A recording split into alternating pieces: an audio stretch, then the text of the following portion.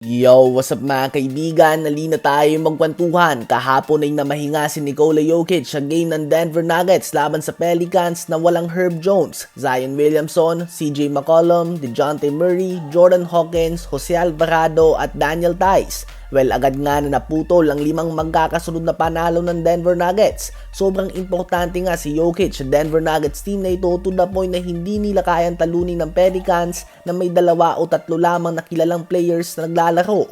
Yan nga ang definition ng most valuable player o MVP. Ang good news naman sa Nuggets ay hindi naman siya injured. Wala nga siyang iniinda na injury. Out siya sa game na ito for personal reasons, so expected naman na makakabalik lang din siya agad.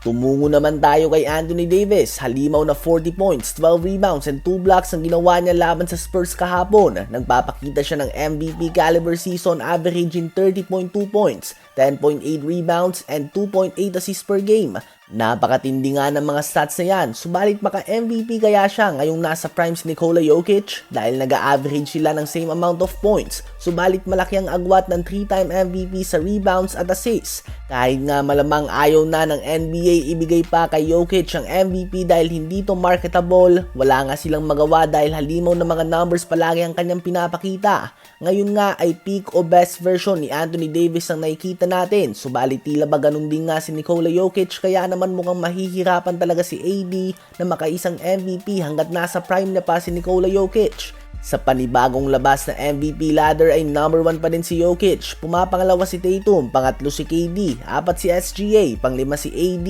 6 si Curry, 7 si Giannis, 8 si Luka, 9 si Mitchell at pang-10 naman si LeBron. Sa palagay nyo ba ay makakaisang regular season MVP si Anthony Davis sa kanyang career?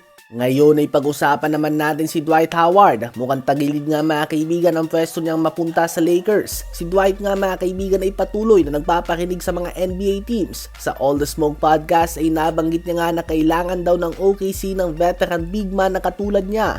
Sila nga daw ni Alex Caruso ay proven na at nakapaghatid na sila ng championship sa isang NBA franchise. May superstar na nga daw sila kay Shai Gilgeous-Alexander.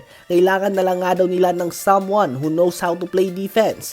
Well, yung last statement nga ni Howard ay medyo sablay ito dahil OKC nga number 1 defense sa buong NBA ngayon. Sila nga may pinakamataas sa defensive rating.